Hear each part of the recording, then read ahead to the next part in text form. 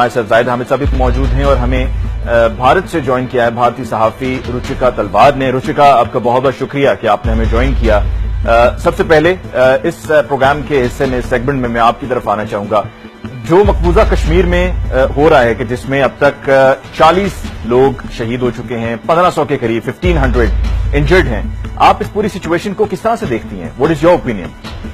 جن کو ملک سے یا اپنے جو حکومت ہوتی ہے اس سے پروٹیسٹ کرنے کا حق ہر انسان کو ہے۔ آپ ڈس ایگری کر سکتے ہیں، لیکن ڈس ایگری کرنے کا ایک طریقہ ہوتا ہے، اس کی ایک لمٹس ہوتی ہے۔ آپ کو پروٹیسٹ کرنے کا مطلب یہ ہے کہ آپ ہاتھوں میں بندوقیں بم اور گرینیڈ اٹھا کے چل دیں اور لوگوں کے اوپر جا کے فائرنگ کریں، یا آپ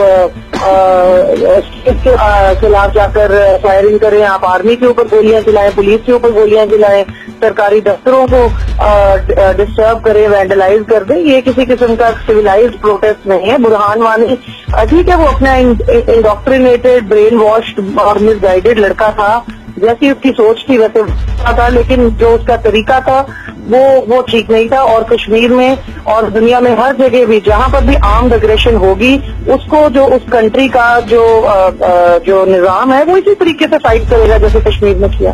اس میں کچھ غلط نہیں ہوا، کچھ نیا نہیں ہوا، کچھ غلط نہیں ہے۔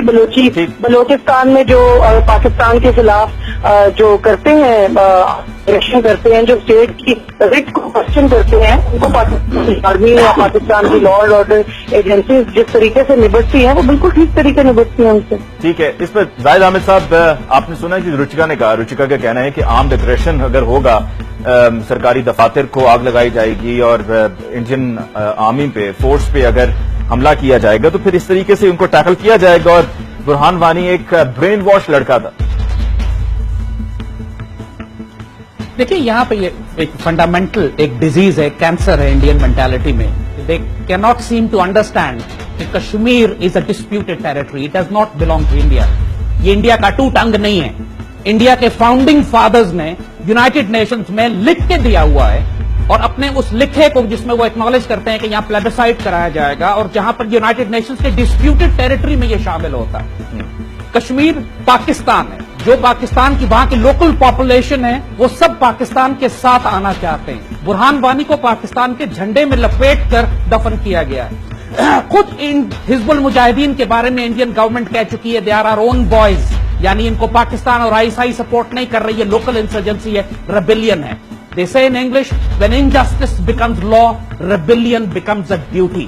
اور اس وقت دنیا میں فریڈم فائٹرز جہاں بھی کام کر رہے ہیں، ان ہماری آپ کے مہمان نے انسلٹ کی ہے ان فریڈم فائٹرز کی لیجیٹمیٹ اسٹرگل کو، چاہے پیلسٹائن ہو چاہے وہ کشمیر ہو۔ انڈیا ایک آکوپیشن کنٹری ہے، local people of Kashmir do not recognize it. United Nations does not recognize it. کس منہ سے یہ بات اٹل کو ٹوٹ انگ کی کرتے ہیں؟ There is no shame, there is no dignity in Indian policy right now کہ یہ بے شرمی کے ساتھ اپنے ریٹن دیے ہوئے ڈاکومنٹس کو، اپنی پاس ہسٹری کو ڈینائی کر کے ایک کیجولی کاملی ٹھیک ہے۔ رچکا، آپ نے زاہد حامد صاحب کو سنا کہ مقبوضہ کشمیر ایک آکوپائڈ ٹیریٹری ہے، اور جو کچھ وہاں پر ہو رہا ہے اس کو بلوچستان کے ساتھ اس کا کمپیریزن نہیں کر سکتے ہیں۔ پولائٹلی اور ریسپیکٹڈلی ڈس agri platform which is going to destroy your propaganda, which has destroyed your billions of dollars of investment that you did۔ دیکھیے علی، ہم سیدھی بات جو بتا رہے ہیں کہ انڈیا کی یہ کنٹرڈکشن، یہ ڈسپشن، یہ سائیوپس، یہ جھوٹ اب پوری پاکستانی قوم کو اچھی طرح سمجھ لینا چاہیے کہ جب یہ انٹرنیشنل فورمز پہ جاتے ہیں تو اپنے آپ کو دکھاتے ہیں، اپنے آپ کو لیگلی یونائٹڈ نیشنز کو فالو کرنے والا بتاتے ہیں اور کہتے ہیں اٹس اے ڈسپیوٹڈ ٹیریٹری۔ جب اپنی قوم سے بات کرتے ہیں، جب اپنے الائز سے بات کرتے ہیں تو اس کو اٹوٹ انگ کہتے ہیں۔ اب بات اس پہ نہیں ہو سکتی کہ یہ کشمیر میں پلیبسائٹ کبھی کرایا جائے گا یا نہیں، اب تو پاکستانی کشمیر کو لینے کی بات کی جائے گی۔ اور دوسری بات آپ نوٹ کیجئے کہ ہندوستان کے مسلمانوں پہ ہم نے 1300 سال حکومت کی ہے، یہ ایک غلام رہے ہیں ہمارے، and they suffer from a terrible inferiority complex۔ یہ اسی وقت اچھا بہیو کرتے ہیں جب ان کو غلام بنا کے رکھا جائے۔ یہ تو مسلمانوں کو کبھی ہٹا ہی نہیں سکتے تھے ہندوستان سے، یہ انگریز نے آ کے مسلمانوں کو ہٹایا تو ان کو تھوڑا سانس لینے کا موقع ملا۔ اور اب یہ ہندو زائنس وہ خواب دیکھ رہے ہیں کہ برما سے لے کے کابل تک ایک اکھنڈ بھارت بنائیں گے۔ یہ جو مرضی میرا مذاق اڑا لیں، کیونکہ لاجک اور آرگومنٹ تو ان کے پاس ہے نہیں، لہٰذا یہ صرف گالیاں دینے پہ آ جاتے ہیں جو ان کی اصلیت ہے۔ اس سے زیادہ ناپاک اور پلیت قوم پیدا نہیں ہوئی کوئی، لہٰذا ان لوگوں کے ساتھ مینٹالٹی میں آپ صرف تلوار کی بات کر سکتے ہیں۔ You cannot argue with them. ٹھیک ہے، آپ زاہد احمد ہندو صاحب، زائنسٹ کے ساتھ، آپ زاہد مودی احمد کے ساتھ صاحب، زاہد احمد صاحب، آرگیو نہیں کر آپ سکتے. علی یہ بات ان کی بات انہوں نے اس سے پہلے بات کی کہ ہم تو آپ کو آلو برانچ دینا چاہ رہے ہیں. بی جے پی اور بال ٹھاکرے اور بجرنگ دل کی اور مودی کا ایک سلوگن ہے انڈیا میں کہ دودھ مانگو گے تو کھیر دیں گے، کشمیر مانگو گے تو چیر دیں گے. یہ ان کی ساری ڈسپشن اور جھوٹ اور پروپیگنڈا اور ڈس انفارمیشن ہے کہ ہم پاکستان سے بات کرنا چاہتے ہیں، کشمیر کو ٹو ٹنگ اپنا تسلیم کرتے ہیں. دوسری بات، بلوچستان کی بات انہوں نے خود اکنالج کر لی کہ جی ہم بلوچستان میں دخل اس لیے دیتے ہیں کہ آپ وہاں پہ اپنے لوگوں کو قابو نہیں کر پاتے. کلبھوشن یادیو کو ہم نے بلوچستان سے پکڑا ہے، is an Indian serving naval officer. اس طرح اجیت کمار ڈوول اپنے منہ سے کہہ چکا ہے کہ وہ ٹی ٹی پی کو استعمال کر کے پاکستان کے خلاف ایک انسرجنسی بلڈ کر چکا ہے. ایسٹ پاکستان میں انہوں نے فوجیں کس آرگومنٹ پہ داخل کی تھی؟ ایسٹ پاکستان میں جو تھا ہمارا پولیٹیکل مسئلہ تھا. انڈین آرمی کیوں داخل ہوئی؟ انڈین آرمی نے پاکستان کو ڈسممبر کیوں کیا؟ Under what law, under what agreement? تو دس از دا پوائنٹ. ہم اس ایسی سٹیج پہ آ چکے ہیں کہ وی نو اٹ ویری کلیئرلی کہ انڈیا کا علاج صرف یہی ہے کہ ہم اجیت کمار ڈوور اور کلبھوشن یادیو کو رسپونڈ کریں اسی زبان میں جو یہ سمجھتے ہیں. اب ہم کو چاہیے کہ ہم کھل کر اگریسولی کشمیر کی ریزسٹنس کو، تحریک آزادی کو سپورٹ کریں، سکھوں کو، خالصتان کو سپورٹ کریں، نیکسلائٹس، مارچ اور سیون سسٹرز اسٹیٹس کو سپورٹ کریں. And we should pay back to India in the same coin جس میں انہوں نے ہمیں ایسٹ پاکستان میں ہمیں چوٹ لگائی، ہمیں ٹی ٹی پی کے ذریعے 1 لاکھ پاکستانی شہید کیے اور بلوچستان اور ایم کیو ایم کے ذریعے یہ بغاوت برپا کروا رہے ہیں. Hindu one language, the language of سورڈ.